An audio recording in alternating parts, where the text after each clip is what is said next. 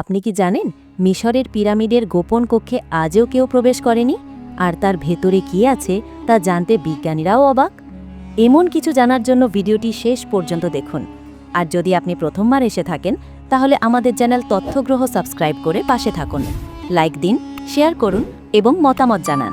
খ্রিস্টপূর্ব ২৬০ সালে তৈরি করা হয়েছিল গিজার বিখ্যাত পিরামিড, যার প্রতিটি পাথর প্রায় ২ টন ওজনের। অথচ হাজার বছর আগে এই বিশাল কাঠামো কিভাবে তৈরি করা হলো তা আজও এক রহস্য। পিরামিডের ৪টি দিক ঠিক উত্তর, দক্ষিণ, পূর্ব, পশ্চিমের দিকে মুখ করে আছে। এমন নিখুঁত জ্যামিতিক কাঠামো প্রাচীন মিশরীয়রা কিভাবে করেছিল তা আধুনিক প্রযুক্তিও ব্যাখ্যা করতে ব্যর্থ। পিরামিডের ভেতরে রয়েছে বহু গোপন সুড়ঙ্গ ও কক্ষ, যেগুলো রাজাদের আত্মাকে চিরস্থায়ী রাখার জন্য তৈরি করা হয়েছিল বলে মনে করে মিশরীয়রা, যা এক অলৌকিক ধর্মীয় বিশ্বাসের প্রতিচ্ছবি। গিজার পিরামিডের উচ্চতা এবং ভূমির পরিমাপ এমনভাবে নির্ধারণ করা হয়েছে যাতে পৃথিবীর পরিধি ও গতি সম্পর্কেও ধারণা পাওয়া যায়, যা আধুনিক জ্যোতির্বিজ্ঞানের সঙ্গে মিলে যায়।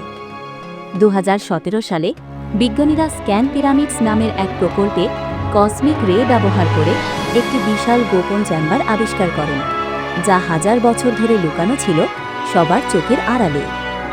বর্তমানে নাসা এবং জাপানি বিজ্ঞানীরা 3D স্ক্যানিং ও কসমিক রে ব্যবহার করে পিরামিডের ভেতরে লুকানো কক্ষ খুঁজে পেয়েছে, যা বিশ্ব সভ্যতার ইতিহাসে এক যুগান্তকারী আবিষ্কার।